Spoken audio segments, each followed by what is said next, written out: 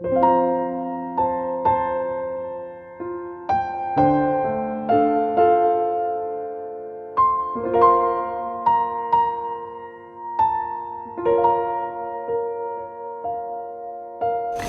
jumpa lagi dengan saya di Klavos Sukacita. Saya akan membagi kebenaran firman Tuhan bagi setiap pencinta Klavos. Mari kita berdoa. Buka hati kami Tuhan, agar kami terus memiliki kerinduan untuk mau diberkati lewat kebenaran-kebenaran firman-Mu. Singkapkanlah firman-Mu bagi kami siap mendengarkan apa kata firman-Mu.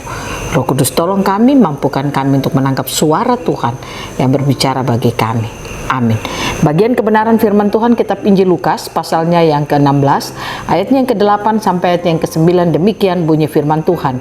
Lalu Tuhan itu memuji bendahara yang tidak jujur itu karena ia telah bertindak dengan cerdik. Sebab anak-anak dunia ini lebih cerdik terhadap sesamanya daripada anak-anak terang.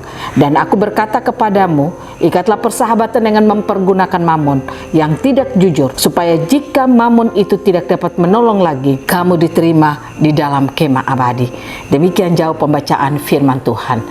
Mengenal siapa Tuhan kita, mengenal Yesus Kristus yang diberikan bagi kita adalah hal yang sangat penting bagi setiap kehidupan kita. Mengapa Yesus memberikan perumpamaan ini kepada murid-muridnya?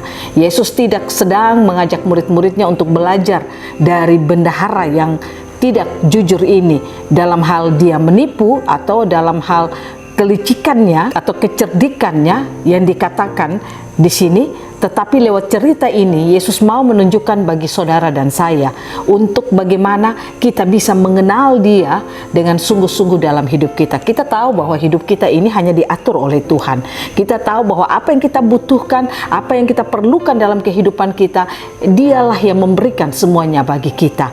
Nah, oleh karena itu Yesus mau murid-murid harus mengenal siapa Dia, sehingga ketika mereka memiliki pengenalan tentang siapa Dia di dalam kehidupan mereka, maka pasti mereka akan menggantungkan seluruh kehidupan mereka kepadanya. Kalau kita baca lewat bacaan firman Tuhan ayat yang ke-8 ini dikatakan, lalu Tuhan itu memuji bendahara yang tidak jujur itu karena ia telah bertindak dengan cerdik. Yesus bercerita kepada murid-muridnya tentang bendahara yang dipuji oleh tuannya, karena tuannya melihat bagaimana cerdiknya bendahara ini. Dia dapat tahu apa yang akan dia alami ke depan. Dia tahu apa yang harus dia lakukan supaya ketika dia menghadapi masa sulit, dia tahu bagaimana dia bisa diterima di tengah-tengah kehidupan orang pada saat itu. Nah, apa yang dipuji oleh Tuhan ini kepada bendahara ini, Yesus mau saudara dan saya belajar di sini. Apa yang harus kita belajar? Kita lihat ayat selanjutnya dikatakan, sebab anak-anak dunia ini lebih cerdik terhadap sesamanya daripada anak-anak terang. Ini bukan dikatakan oleh Tuhan kepada bendahara, tetapi saudara harus tahu karena ini perumpamaan dari Yesus, maka Yesuslah yang mengatakan ayat ini kepada murid-muridnya. Dia katakan, sebab anak-anak dunia ini lebih cerdik terhadap sesamanya daripada anak-anak terang. Saya ingatkan saudara, mari kita belajar, cerdik tidak selamanya berkonotasi sesuatu yang buruk.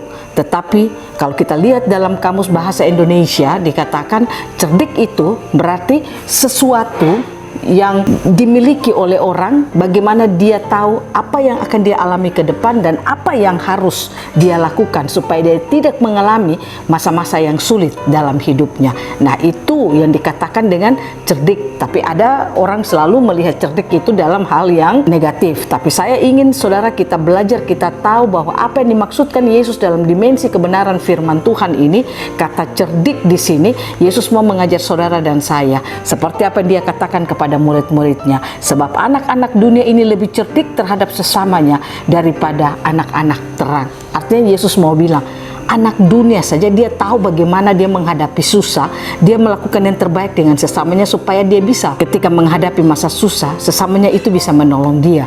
Nah, Yesus ingin saudara dan saya sebagai anak-anak terang, mari kita belajar.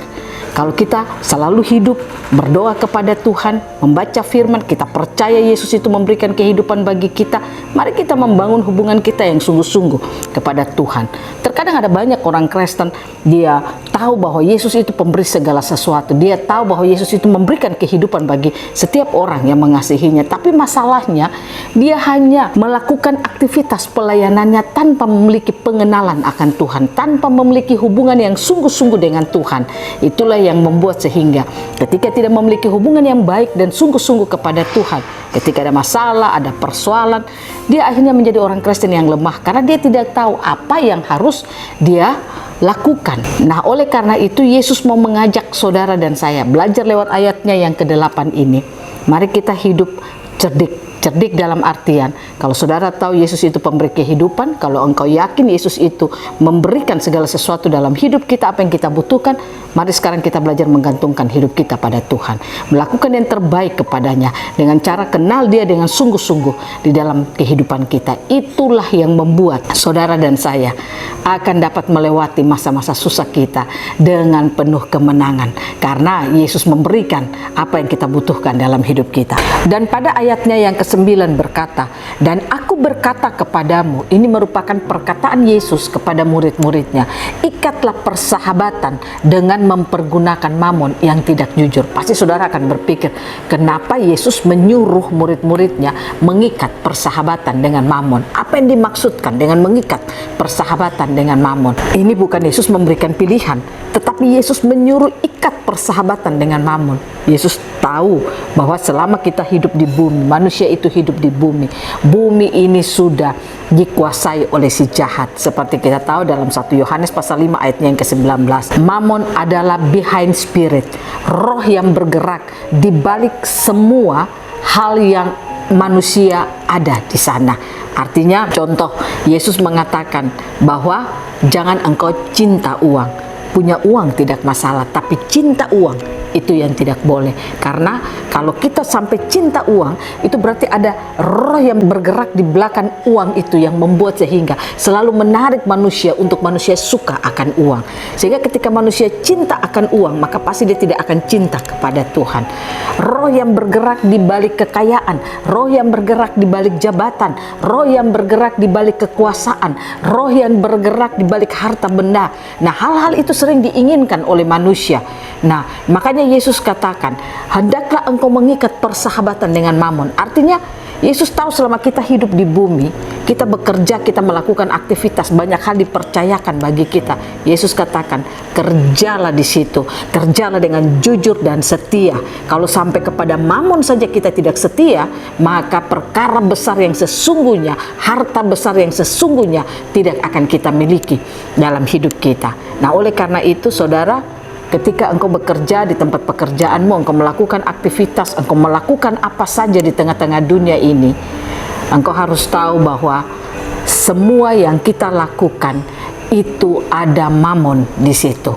Pastikan kita terus terhubung dengan Tuhan supaya kita tidak ditarik oleh roh yang bergerak di balik semua yang kita sementara melakukan aktivitas kita di tengah-tengah dunia ini, supaya jangan sampai roh itu menarik saudara dan saya, membuat kita jauh dari Tuhan.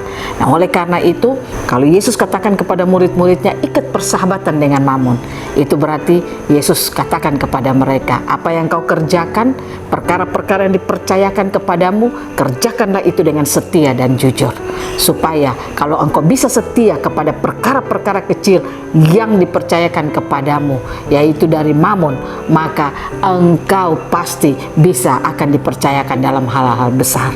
Saudara dan saya hidup di dunia, banyak hal dipercayakan bagi kita. Mari kita kerja setia, jujur, takut akan Tuhan. Jangan kerja untuk mencari keuntungan sendiri, jangan kerja untuk cari nama, jangan kerja untuk mencari kekayaan, karena kalau engkau melakukan semuanya, engkau tidak menyadari bahwa mamon sementara menarik hidupmu. Kalau perkara-perkara itu engkau kerjakan dengan jujur, setia, takut akan Tuhan, maka kemah abadi akan menjadi bagian kehidupan saudara dan saya.